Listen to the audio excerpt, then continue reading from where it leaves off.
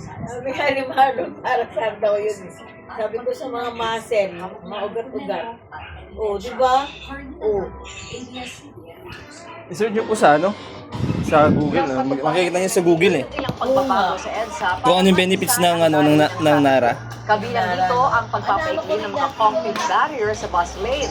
Live mula sa EDSA sa Mandaluyong, nagpapatrol Yan na lang muna tayo sa labas. Isip paano naka-apekto sa mga motorista ang pagpapaikli ng concrete barrier sa bahagi ng EDSA bus lane. Ha? Bernadette, dito sa may EDSA Mandaluyong ay madalas nagkakaroon ng build-up ng traffic lalo na doon sa may paakyat ng EDSA San Juan flyover. Ayon sa ilang motoristang nakausap natin, ay kinakailangan pa nilang makipag-gitan para lang makalipat ng lane at makaakyat sa naturang flyover. Pero ngayong iniksian na, yung concrete barriers dito sa lugar ay mas maluwag na yung kalsada at mas mabilis na silang nakakalipat ng lane. Doon na muna kayo. Araw-araw dumadaan ng EDSA San Juan flyover si Jilmer para sunduin ang anak na nag-aaral sa San Juan kaya agad niyang napansin ang ilang pagbabago sa kalsada. Noong Martes, iniklian ng MMDA ang mga concrete barrier ng EDSA bus lane sa bahagi ng northbound sa EDSA Mandaluyong papuntang EDSA San Juan flyover. Maganda ang epekto nito sa kanya at ibang motorista. Nagkakaroon siya ng bottleneck. Pero nung inikli na naman nila, medyo okay na. 10 minutes to 20 minutes kasi talagang kakainin mo yung linya eh. Kaya nagkakaroon ng traffic sa EDSA eh. Medyo lang kasi mas madali ka lang lumipat sa ibang lane galing ka sa kanan papuntang kaliwa. Mas masigip yung daloy ng traffic pag nandun pa yung barrier na yun. May mga ipinwestong plastic barriers sa kalsadang katabi ng mall. Ayon kay MMDA General Manager Nicolas Torre III, madalas nagbabara at nagsisigip ang trapiko sa lugar dahil sa mga sasakyang galing sa kalsadang ito na lumalabas sa EDSA. Na-request natin ng mall na over the weekend nga, gagawin nilang tatagalin na yung barrier at isi-shape nila in such a way na nakapwesto na maganda ang mga lumalabas so that isang lane lang magagamit. Nagbawas din ang MMDA ng concrete barriers ng bus lane sa southbound ng EDSA Ortigas papuntang Ortigas flyover. Maiksi na ang runway, maiksi na bali ang buwelo ng mga lumalabas na sasakyan along EDSA na gusto mag-exit naman sa Ortigas flyover going to the left.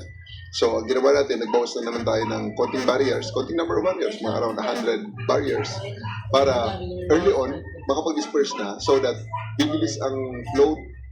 May mga nakikita na anya siyang bago, pero itong obserbahan at pag-aaralan. We are doing everything scientifically and hinahanap na, tinitingnan namin empirical data nito. After a week, titingnan natin kung nag-improve ba ang travel speed, nag-start ba, umiksi ba ang travel time. Pag-aaralan din ng MMDA ang iba pang bahagi ng EDSA at titignan kung ano pang pwedeng baguhin para maibsan ang trapiko. Samantala, Bernadette, silipin naman natin ang lagay ng trapiko dito sa may EDSA Mandaluyong. Dito sa northbound o yung papuntang Quezon City, bumper to bumper at mabagal ang daloy ng mga sasakyan papuntang EDSA Cubao. Samantala, light to moderate naman ang trapiko paakyat ng San Juan flyover. Sa southbound naman o yung papunta ng Makati, light to moderate din ang daloy ng trapiko. Balik sa iyo, Bernadette. Maraming salamat, Easily. Pinayuhan si Charlie Atong Ang ng kanyang abogado na huwag munang susuko sa mga otoridad dahil balak pa nilang ubusin ang lahat ng remedyong legal sa korte. Naisilbi naman ng CIDG ang bagong warrant of arrest na inilabas ng korte sa Batangas laban sa 13 pulis na kapwa-akusado ni Ang at kaugnay pa rin ang kaso ng pagkawala o nawawalang sabungero. Nagpapatrol, Karen de Guzman. Binuna ng abogado ni Charlie Atong ang pagturi sa negosyante bilang most wanted sa bansa na may 10 milyong pisong patong na pamulya sa ulo. Ayon kay Attorney Gabriel Villarreal, innocent until proven guilty si Ang, lalo na hindi pa nalilitis ang kaso. Hindi naman siya dapat kinugtugis na parang isang kriminal. Wala pa naman tayong trial at declaration of guilt para kay Mr. Ang. Binatikos din ni Villarreal ang pagtawag ni Interior Secretary John Vic Remulla na armado at mapanganib ang kanyang kliyente. Anya, padalos-dalos at walang basehan ang naturang mga pahayag. Isang Sana ano hindi lang man ni galing Ako. sabihin na natin mga salitang biro na walang basihan. Pero nang naghahanap tayo ng dahilan at pamamaraan para mapalabas natin si karami ng Kaya labas. naman lang gawin yun eh. Katulad ng ginawa nila Dagdag kay pa niya, Kimberly. inabisuhan niya si Ang na huwag muna susuko dahil gagawin nila ng kanilang kampo ang lahat ng maaaring remedyo legal sa korte. Nitong Huwebes, nagsumite siya ng omnibus motion sa Regional Trial Court sa Santa Cruz, Laguna para muling pag-aralan ang pag-issue ng arrest warrant laban kay Ang. Pwedeng pa pawalan ng visa yun dahil bakit nagkamali si Judge sa kanyang pag-aaral at sa pag-issue ng warrant of arrest. Marami ka namang legal remedies na natitira. Bata eh. Kaya yung dapat ay i-source natin bago ikaw ay sumuport. Bata pa. Ayon sa Criminal Investigation and Detection Room, karapatan ng abogado ni Ang na gawin ang lahat ng legal remedies pero hindi nila sila titigil sa paghahanap kay Ang. Tiniyak din nila ang pagsunod sa mga patakaran pagdating sa pagsilbi ng mga warrant.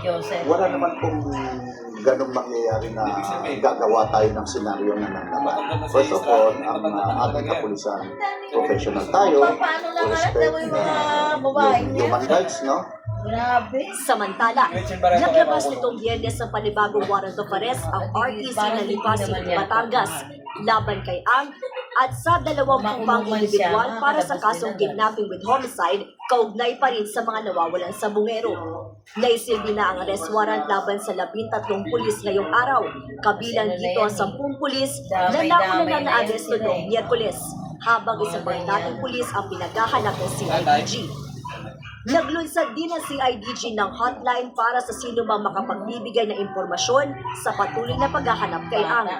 I assure you, lahat ng mga pwede niyang pagtaguan ay pinupuntahan po natin.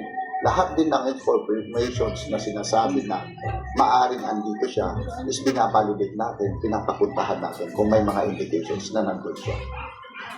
Hindi pa rin isinuko ni Ang kanyang mga baril sa kabila ng palugit na ibinigay sa kanya ng PNP ngayong araw.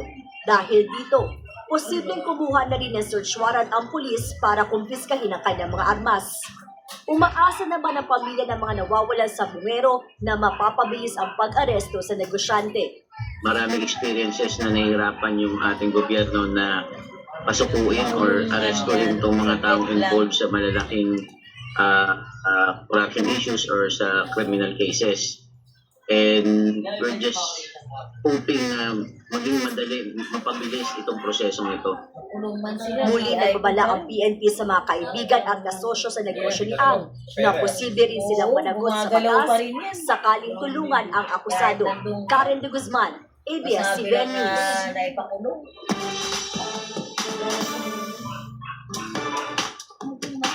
Ihanda na ang puso sa Valentine concert kung saan magsasama sa pambihirang pagkakataon ang ilang bigating kapamilya singers. Ready na rin magpakilig sa kanilang all-out live performances ang K-pop group na Rive sa launch ng kanilang unang album. Nagpapatrol, Ana Cerezo. Tiyak na winner ang audience sa Valentine's Day concert ng Champions of the Heart sa February 14 sa Pasay City. Magsasama-sama kasi sa pangililang pagkakataon ang kapamilya singers na sina Concert King Martin Rivera, Jed Madela, Sofronio Vasquez, Jonah at Clarice Guzman. It's the first time I'm part of a show where there's more than two people. So I'm really excited about the blending we're gonna do for you and the song selection that we've chosen for you. Clear ko na tayo ulit. So, kaya sobrang excited ako kasi na-miss ko to. Parang after BTV po kasi more on acting na surprisingly nagagawa ko, naging komedyante muna tayo.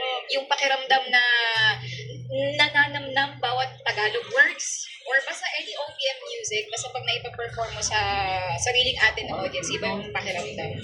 Aminado si Sofronio na sinusubukan niyang pagsabayin ang career sa US at Pinas. I mean, I just trust the process na lang. So kung anong mauna, anong mangyayari, tatanggapin ko ng with full excitement and learning. So gratitude. I'm still handled by same team Michael Bublé, so I'm blessed. They're so supportive naman. Basta lang huwag kalimutan na may American din akong events. Pero kahit pa mga champion sa entablado, hindi pa rin maiwasan ang mag-fanboy mo. Tulad ni Jen Madela na naghahanda na makipag-unahan sa pagkuha ng tickets sa comeback tour ng BTS. Sa lahat na pwede mapuntahan. Lahat, oo. Tingnan natin. Kailangan ko ng kumayod para may pambili tayo ng ticket. Todo paghahanda naman ang P-pop group The Rise sa launch ng una nilang album. Pre-prepare po namin yung sarili namin mentally and physically. Conditioning, vocal trainings, and mga pag-uusap-usap, kumbaga. Para mas masanay kami na ilabas kung ano man yung nararamdaman namin. Mas makikilala nila sila dito ng fans dahil naging hands-on sila sa bawat detalye ng album. That's actually something we're proud of because it's mostly our creations din. Not just through the songs but also to the concepts and the choreography.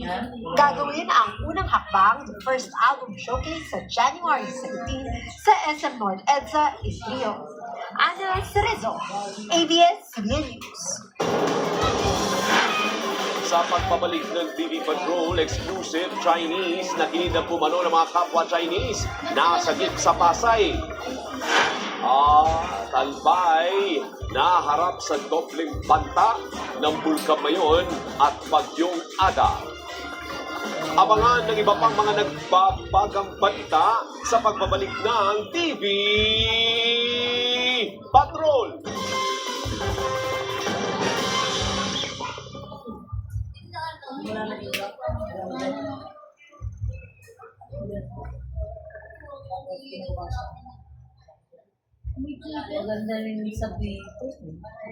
Pangarap na makaahon sa buhay. Ito ang laban ng bawat pamilyang Pilipino. Ganoon din sina Eben at ang kanyang inang si Cherry. Ngayon ko bumalik, hindi na namin kumukontak. Sabi ko, hindi ka nag-o-off, hindi nag-off ng cellphone niya.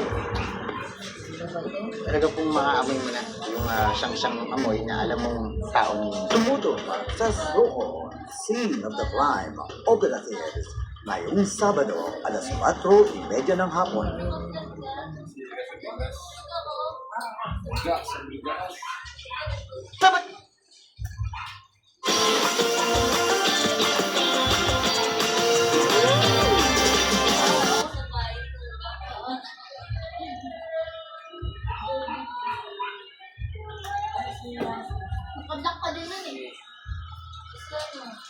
Pabayaan silang lahat.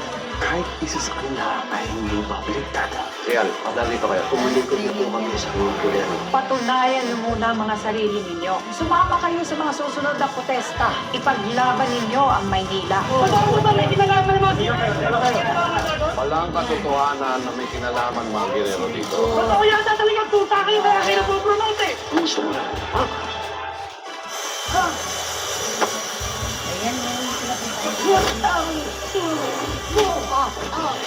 Kulang ka sa ginawa mo sa magulang mo!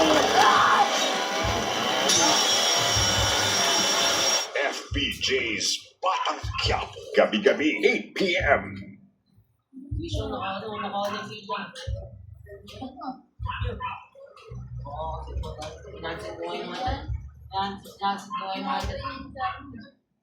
Ngayong Biyernes, Hindi pa tayo aalis. Natuto si Liam at si Os. Alamin niyo kung nasaan si Greta Roa. Tumakbo ka na. Pareho kayo mga putek! Huwag nang lumingon pa. Bilisan niyo! Andiyan na sila! Dahil pwede kang maging bangkay.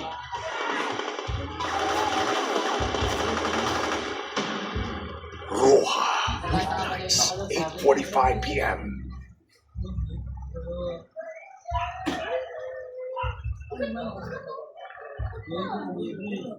Hiwalayan mo na siya, find somebody better na mas karapat dapat sa'yo. Ma, I love her. Kahit masakit, kahit mahirap minsan, there's no one else like her. Bago ako umalis na ngayon, sigurado ako may nag-o-observe sa amin rin dito sa cemetery. Sigurado sila na patay na siya. Mas gusto na ng panimalala. Nakikipagtulong lang ka daw sa Atty. Melendez sa'yo. Hindi ko kaya ang lubot sa kapatid ko daw. Iligtas ko yung kapatid ko kahit alam nangyari. Iligtas ko ang kapatid ko. One Lies, 9:30 p.m.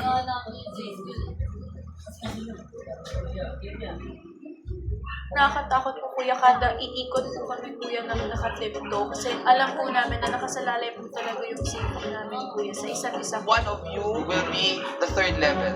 Oh my God, this is gonna be so hard. Bali, dalawa pala. May request nga mag-switch ng party. I guess I need to clear things up. My friend is here. So, boundaries. PBB Celebrity Collab Edition 2.0, 10:15 p.m.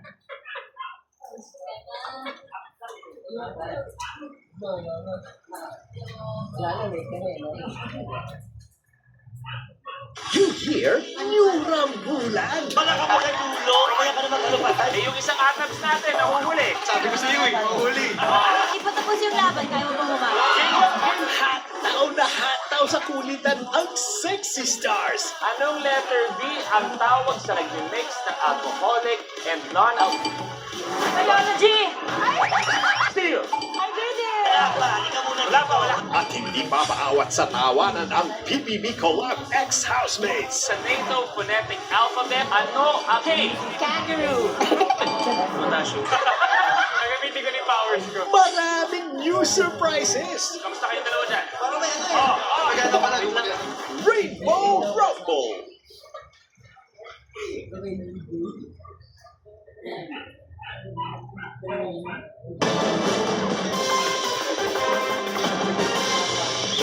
Na-rescue ng Pasay City Police ang isang Chinese na kinidnap umano ng mga kapwa Chinese. Tinakot umano ng mga suspect ang biktima na ibebenta ang kanyang lamang loob kung hindi magbibigay ng pera.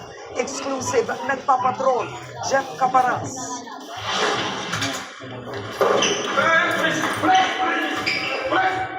Mag-aalas 11 ng umaga ngayong Biyernes nang pasukin ng mga operatiba ng Pasay City Substation 1 ang condo unit na ito sa Barangay 13 sa Rojas Boulevard.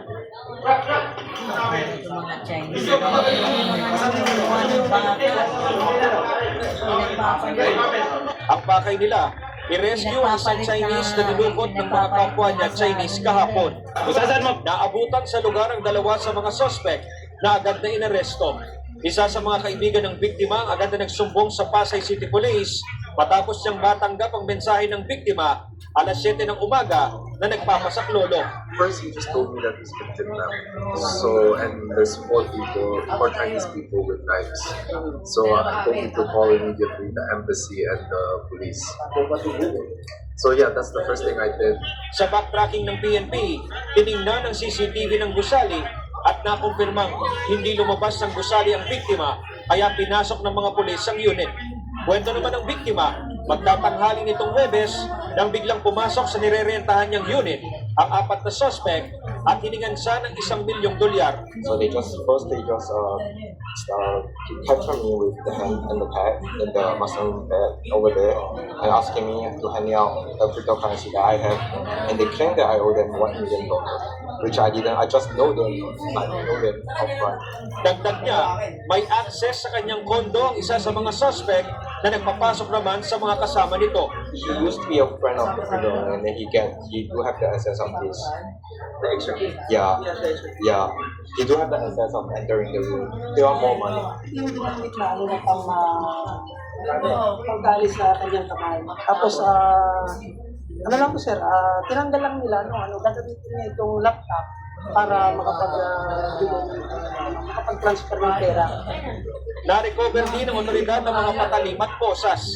Kasama rin sa nakuha sa basurahan at isang syringe at gamot na di pa matukoy. Ito yung ginamit na injection na pag-intinili sa kanya pag hindi siya mag-transfer ng pera. They say they will be sell me off and then sell my kidneys and everything. I'll just try to out the country. Sell me to maybe Cambodia and everything where they came from. Isang sinturo naman ang ginamit para hampasin ng mga binti ng biktima. Sa kwento ng biktima, dito sa kwarto na ito, sa sinasaktan ng mga suspect.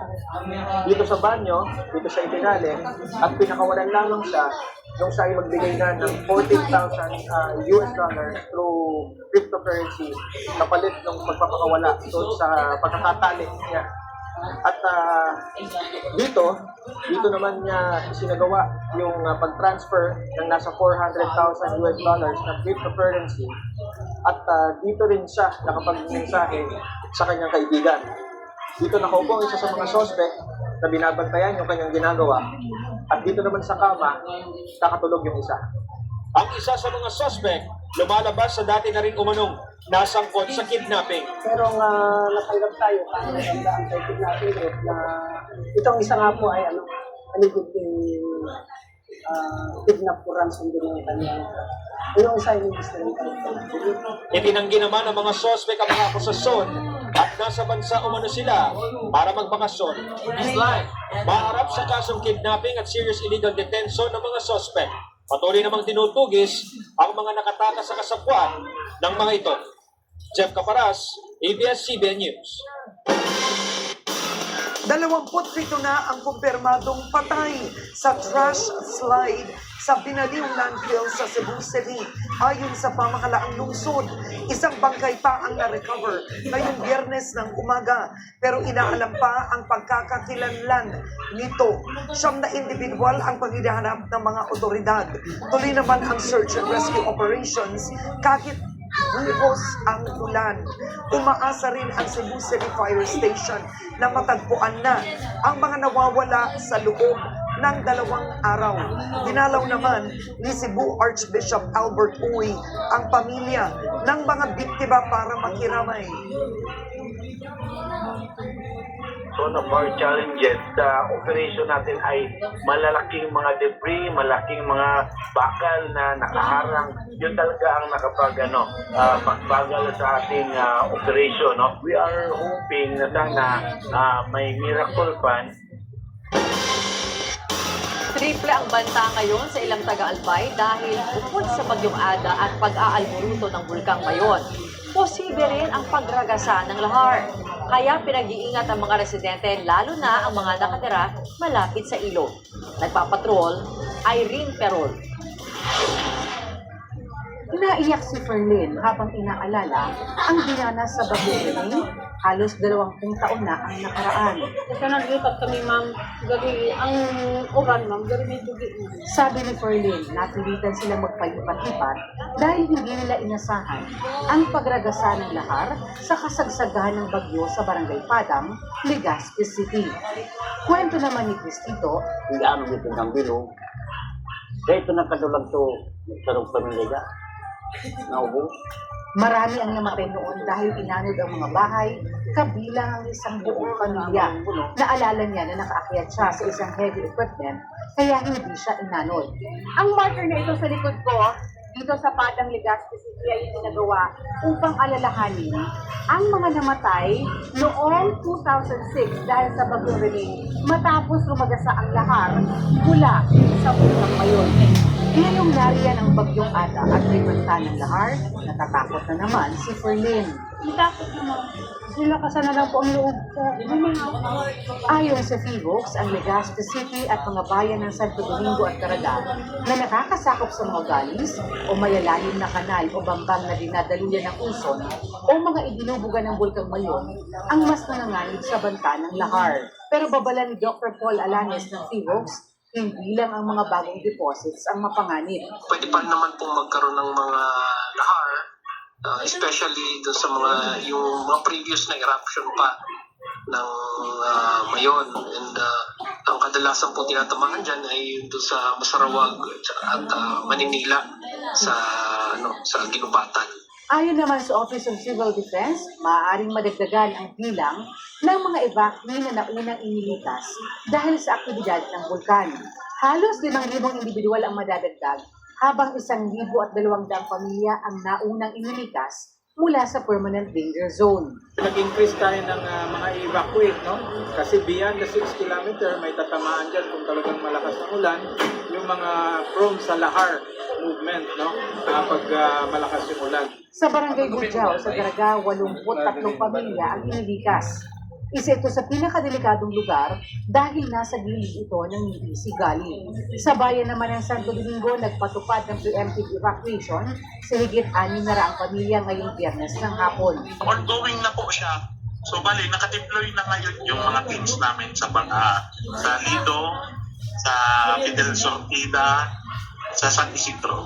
Mahigit 1,000 residente naman na inilikas mula pa nitong Huwebes mula sa mga barangay ng Masarawag at Manila sa bayan ng Ginubatan dahil pa rin sa banta ng lahar flow bunsod ng ulang dala ng Bagyong Ada. Kung sakaling itaas sa Alert Level 4 ang estado ng Bulkang Mayon, nasa 600 pamilya mula sa barangay Santa Misericordia sa bayan ng Santo Domingo ang hindi nakabilang sa ililigas. Alam na ng mga tao kung hanggang saan doon ang evacuate. Halimbawa, sinabing 8, alam na namin kung hanggang sa 8 na lang mag-evacuate. Ngayon, pagbabalo, kasi in-adjust nila ng LGU, so 8 kilometers, tumaas. Paliwanag naman ng MDRRMO, ang pagbabago ng border ay dahil sa teknolohiya. Nakarang evacuation, pati yung 9 na-evacuate yun, yung nakaraan. Tapos yung sa boundary ng 8 kilometers extended danger zones, pinasi na po natin sa GPS. Nananatiling nakataas ang Alert Level 3 sa Bulkang Mayon. Irene Perol, ABS-CBN News.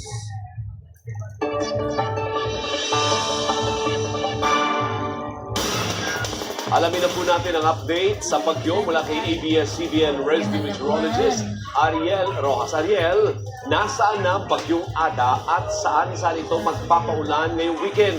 Alvin, nasa gitna pa rin ng dagat silangan ng Eastern Visayas ang Tropical Storm Ada at hindi po itong namataan 335 km silangan ng Katarman, Northern Samar. Taglay po ng bagyo ang lakas ng hangin na 65 km per hour at pagbugsong umaabot ng 80 km per hour. Sa ngayon, kumikilos ang bagyo pahilagang kanluran sa bilis na 20 km per hour.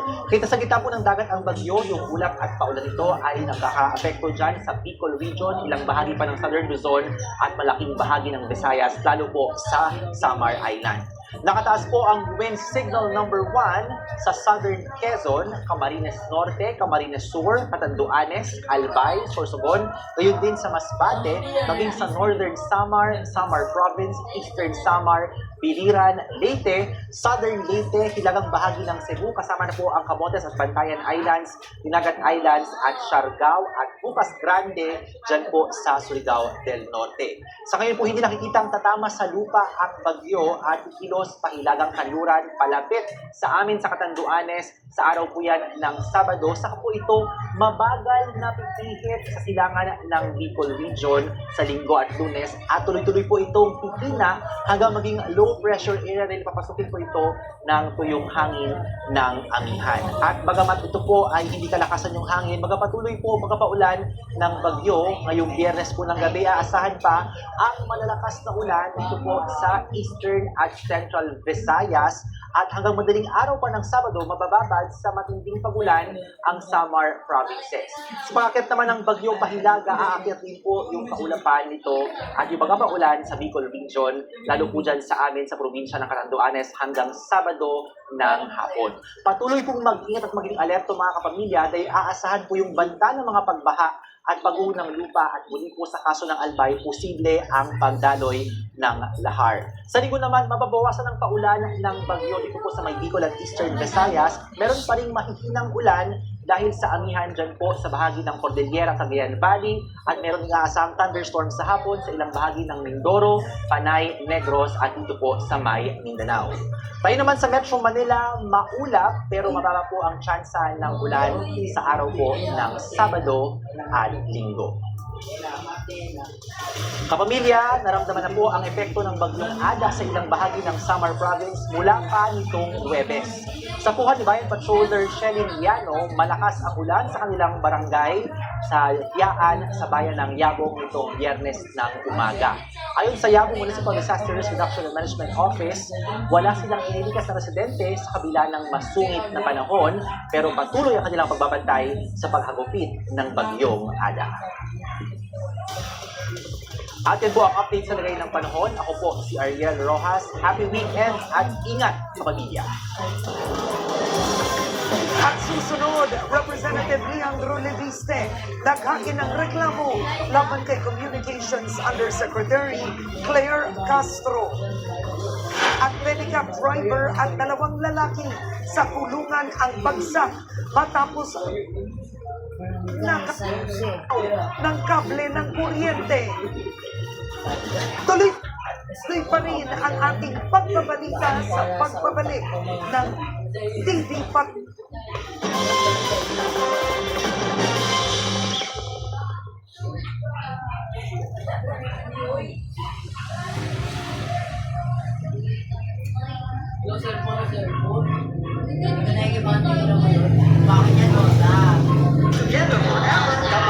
Tahanan natin ang isa't isa. To you, all together now. Sa kantahan at sayawan, sipa ang kulitan. Tuloy ang pagpapasaya. Tuloy ang pagsasama. Papanood na ang Kapamilya Channel sa All TV 2.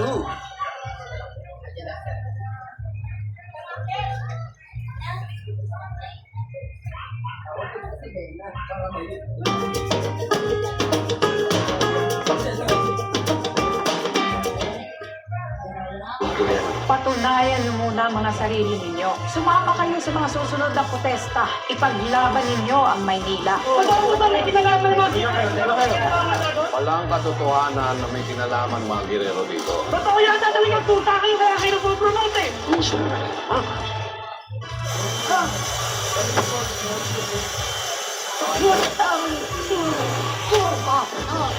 Kulang pa to sa ginawa mo sa magulang mo.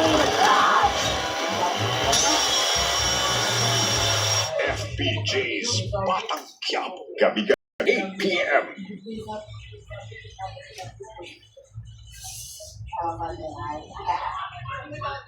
Ngayong Biyernes, di pa tayo aalis. Papatayin ko si Liam at si Os. Alamin niyo kung nasaan si Cretano. Tumakbo ka na. Pareho kayo mga putek! Tuwag! Huwag nang lumingon pa. Bilisan nyo! Andiyan na sila! Dahil pwede kang maging bangkay.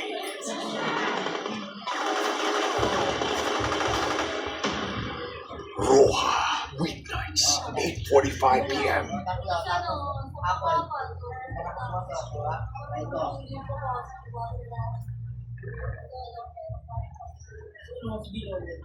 Hiwalayan mo na siya, find somebody better na mas karapat dapat sa'yo. I love her. Kahit masakit, kahit mahirap minsan, there's no one else like her. Bago ako umalis ng sigurado ako may nag-oobserba sa amin nandun kami sa cemetery. Sigurado sila na patay na siya. Mas gusto nila paniwalaan. Nakikipagtulungan ka daw sa ator ni Melendez na yun. Taskot ko kahit anong mangyari. Taskot ko. One Lies, 9:30 p.m.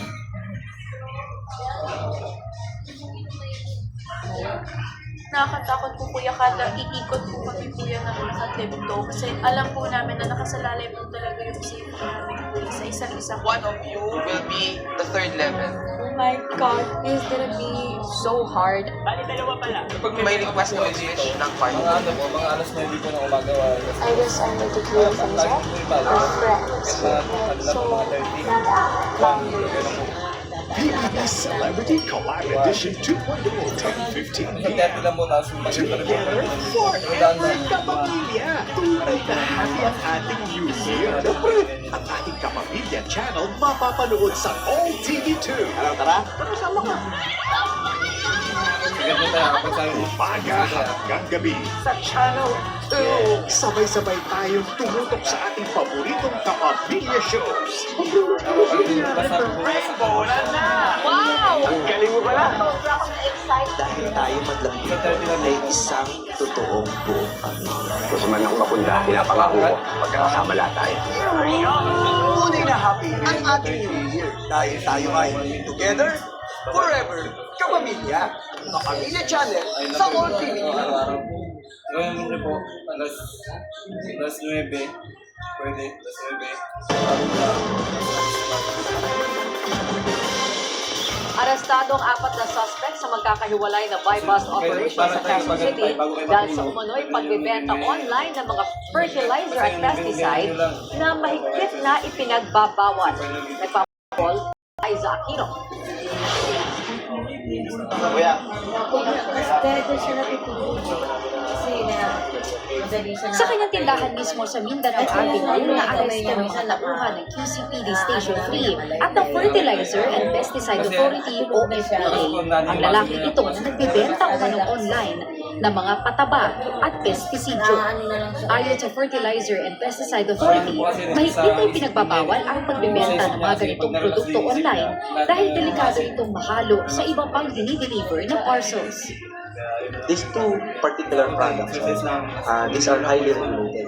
Meaning, these are hazardous, these are toxic, at mayroon siyang direct implication as far as public safety is concerned, and even food safety. So, ganun po siya ka-critical. May sangkap na ammonium nitrate ang pesticide na maaaring magamit sa paggawa ng bomba, kaya mahigpit na binabantayan ng FPA ang pagbibenta nito. Delikado rin ang mga ganitong kemikal na hindi dumadaan sa tamang security and quality control, lalo't ginagamit ito sa mga pananim. Kaya agad nagsagawa ng entrapment operation ang Department of Information, Communications Technology at Cybercrime Investigation and Coordinating Center matapos ireklamo ng FPA ang bintahan ng mga ganitong produkto sa iba-ibang social media platforms. Iba counterfeit, yung iba smuggled. Nakaka-apekto po yan sa larangan ng agrikultura kasi ito yung mga fertilizer, pesticide na pinipeke. Delikado po yan.